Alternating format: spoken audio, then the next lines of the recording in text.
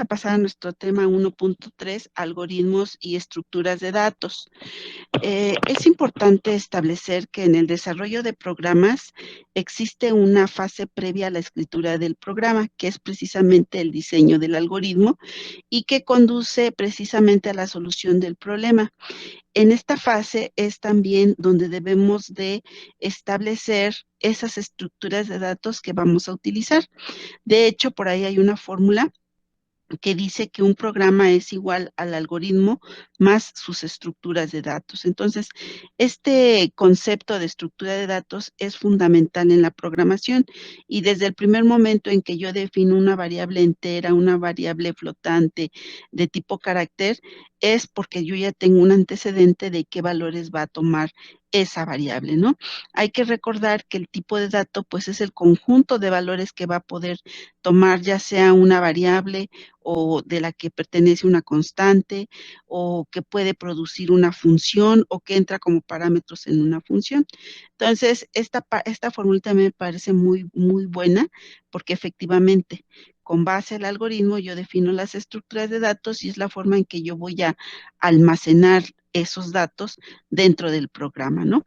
Recuerden que el almacenamiento puede ser volátil, como es en la memoria RAM, en la memoria principal, o puede ser fijo, guardándolo a lo mejor en algún archivo en el cual, aunque yo cierre la máquina, apague la máquina, pues la información perdurará. Y bueno, un algoritmo, pues hay diferentes conceptos, pero bueno, esta creo que es muy ad hoc a la programación. Un algoritmo es la secuencia de pasos implementados en un lenguaje de programación que al ser ejecutado por una computadora, esta produce un resultado que da solución al problema para el cual fue creado dicho algoritmo. Entonces, precisamente esa secuencia de pasos, pues se necesita a veces mucha creatividad para poder establecerlos. A veces no es tan trivial, hay que estar ahí a veces horas o hasta días para que se ocurra una idea de cómo representar pues lo que nosotros estamos checando en la realidad y que queremos plasmar en ese algoritmo. En ese caso, pues es lo que conocemos como abstracción. Eh, Hasta ahorita, pues casi siempre nos vamos con la idea de que funcione el programa, ¿no? Entonces, una solución es correcta si cumple con los requisitos del problema, ¿de acuerdo? Entonces, mi programa puede resolver eh, el problema y en ese caso, pues mi parte para saber si está correctamente, pues es verificarlo con los resultados de mi programa, con lo que se está suscitando en la realidad. De hecho, a veces se llama modelado, ¿no? Hacer una simulación de un fenómeno, hacer un modelado de un fenómeno, a veces es precisamente esa parte en la que pues yo voy a ver los resultados que saca mi programa y los voy a equiparar con los de la realidad. A lo mejor no son exactos, porque después de todo nuestra simulación, nuestro modelo es una abstracción, es una idea en la cual pues voy a tomar solamente lo más importante de ese fenómeno y bueno, aquellos rasgos que yo crea no necesarios para esa implementación de modelo, pues no los consideraré, ¿no? Por lo tanto, nuestra solución pues será muy apegada al fenómeno, pero a veces pues no será tan exacta por esos elementos que no consideré al hacer mi abstracción. Ahora, esta situación es algo interesante. Una solución es eficiente si no solo se resuelve un problema, sino además optimiza costos. ¿En qué tipo? Pues el costo de espacio de memoria, se reducen los tiempos de ejecución, entre otros. Entonces, este es un punto importante en el cual, pues después de esta materia que es estructura de datos, la idea es poner un poquito más de interés a la hora de diseñar las estructuras de datos, al momento de diseñar precisamente los algoritmos, de tal manera que no solamente nos proporcione el resultado que requerimos, sino además sea eficiente tratando de minimizar el espacio de memoria que almacena y el tiempo que reduce. Por ejemplo, si yo les digo, vamos a hacer un registro donde involucre edad. Bueno, pues a lo mejor algunos dirán, hay que definirlo de tipo int, ¿no? Pero a lo mejor hay quienes dirán, no, pues hay que definirlo de tipo byte, porque el byte ocupa un solo byte y los valores que puede tomar pues son de 0 a 255. Entonces, pues me parece una buena sugerencia en el aspecto, sobre todo si estamos trabajando, no sé, con trabajadores, ¿no? En donde la edad, pues a lo mejor estará de 18 a 65 años, supongamos. Situación que si yo la defino en entero, pues me va a designar 4 bytes y pues ahí el número más grande pues puede ser, no sé, 2 millones, 3 millones y pues no va a haber un trabajador que cumpla con esa edad.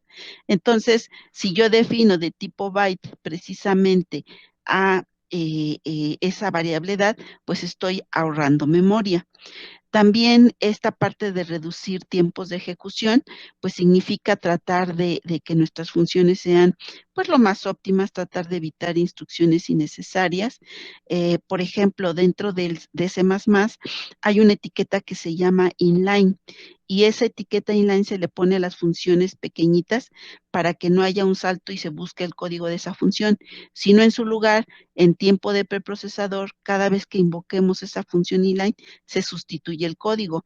Entonces, esto, el resultado no va a cambiar, va a ser el mismo, pero con una simple etiqueta inline, yo estoy optimizando ese tiempo de ejecución, ese procesamiento, y entonces seguramente reduciré esos tiempos. Entonces, de hoy en adelante es conveniente no solamente que el programa funcione correctamente, arrojando los resultados que se esperan para solucionar el problema, sino además tenemos que luchar para que sea lo más eficiente, que se reduzca espacio de memoria, asimismo que se reduzca el procesamiento en la medida de lo posible y que también pues se reduzcan tiempos de ejecución.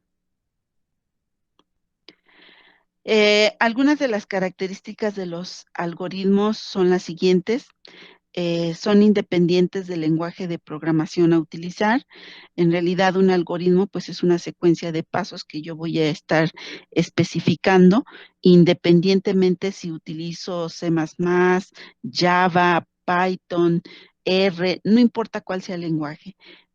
Ahora sí que lo principal o lo primordial o la parte, ese pensamiento algorítmico queda plasmado pues a lo mejor hasta en palabras de descripción, de descriptivo. Ya después se pone o se traduce a un lenguaje que la máquina pueda compilar y reconocer y ejecutar. Los pasos deben ser claros y bien definidos. En este caso, a veces no es tan trivial. Cuando hacemos un algoritmo para hacer, por ejemplo, un agua de limón, nos damos cuenta que nosotros lo hacemos de manera rápida y ejecutoria, pero a veces describir paso a paso qué se debe hacer no es tan trivial. A veces hasta consideramos que es tedioso estar escribiéndolo, pero sin embargo, pues hay que desarrollar esa habilidad, ¿de acuerdo? Poder describir paso a paso qué hace cada instrucción. Debe ser preciso, en este caso indica claramente el orden de realización paso a paso, no debe haber ahí incongruencias de saltarme y no ejecutar cierto código, sino debe ser preciso, debe ser definido.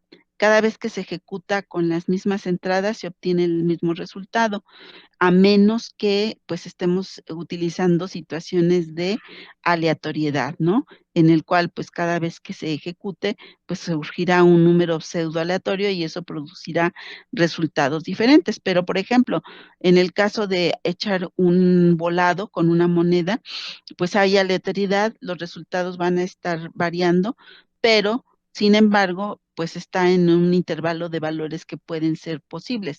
A lo mejor un cero que es águila y uno que es sol o viceversa, ¿no?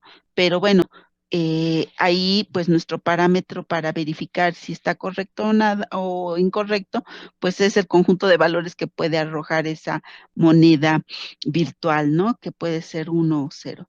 Y bueno, otra cosa importante es que deben ser finitos, tienen un número de pasos finito. Por ahí a veces tenemos algunas sentencias de control repetitivo que pueden entrar en ciclos infinitos.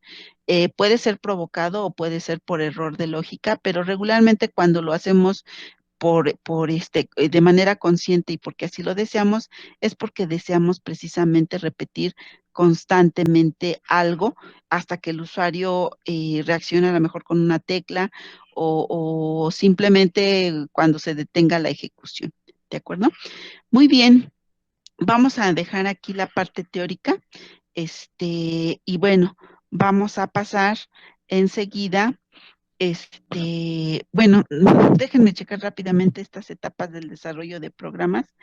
Eh, esta etapa está basado pues, de manera general, de cómo debemos abordar la solución de un problema, el diseño de un sistema, en fin, en este caso, pues lo vamos a evocar hacia a programas, ¿de acuerdo? Hacia la programación de algoritmos. Bueno, lo primero que tenemos que hacer es un análisis de lo que se quiere hacer. Para poder empezar a trabajar tenemos que entender qué se quiere hacer, entender el fenómeno, si es lo que vamos a plasmar en el algoritmo. Entonces, esta parte es análisis. En el análisis, pues tenemos que observar, tenemos que preguntar si es que intervienen usuarios, de qué hacen, cómo lo hacen, para poder nosotros formularnos una idea de ese proceso que queremos automatizar y que en determinado momento necesitamos esa información. En esta fase de análisis también se debe de checar cuáles son los requerimientos, porque esos deben ir incluidos en el algoritmo que yo esté desarrollando o que estemos desarrollando. Entonces, en ese aspecto, el análisis es una parte fundamental. Si hay un mal análisis, tendremos un mal diseño, una mala construcción, una mala depuración, en fin, todo será incorrecto, ¿no? Entonces, muchas veces cuando nos encargan un sistema, esta parte de análisis pareciera que no estamos haciendo nada y las personas se sienten, pues sí, empiezan a presionarnos de por qué no estamos ya empezando a hacer su sistema. Bueno, pues porque el análisis es sumamente importante. Es muy terrible que nosotros empezáramos a hacer un edificio y que en el piso 45 nos diéramos cuenta que los cimientos son incorrectos. Y entonces eso puede provocar que hasta se venga abajo el edificio. Entonces, el análisis es la base, es el pilar de todo lo que viene y debe ser cuidadosamente tratado. Insisto, aquí pues puede haber entrevistas a usuarios para detectar qué quieren, cómo lo quieren o cómo lo hacen. Y nosotros al mismo tiempo poder dar sugerencias hasta de optimizar esos procesos, ¿no? Está también enseguida la fase de diseño. Aquí, con base a lo que ya entendimos de cuál es la problemática, vamos a empezar a diseñar desde algoritmos, pero nos referimos utilizando a lo mejor diagramas de flujo de cada proceso, ¿no? Por ejemplo, si hay una venta, ¿cómo se hace la venta? ¿Hacia dónde va la información? ¿Qué datos entran? ¿Qué documentos salen? ¿Cómo se hace precisamente esa actualización de las bases de datos, etcétera? También en el diseño va incluido pues la interfaz gráfica de usuario. Por ejemplo, si va a haber un formulario donde me pida mi login y mi password y agregue yo un botón entrar, un botón salir, un botón cancelar. En ese caso, todo eso es parte del diseño, el diseño de las ventanas, vamos a verlo así. Si yo voy a dar una especie de navegación, pues esa parte de navegación también debe de tener un diseño.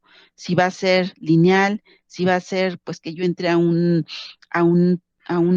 módulo principal y que de ahí me vaya a los módulos subsecuentes para acceder a cada uno de ellos. También involucra el diseño de las bases de datos, de las estructuras de datos también en esta parte. Aquí surge también lo que se llama el diccionario de datos y que es precisamente los datos de los datos, es decir, metainformación. ¿Y por qué metainformación? Pues porque a lo mejor está el dato edad, pero pues entre la metainformación está que ese dato edad es de tipo entero, o sea, estamos teniendo datos de ese tipo de dato, ¿no? Que ocupa 2 bytes o que ocupa 1 byte o que ocupa n cantidades de bytes porque es de una cadena, porque es un flotante, porque es un carácter, en fin. todo eso se hace en esta parte.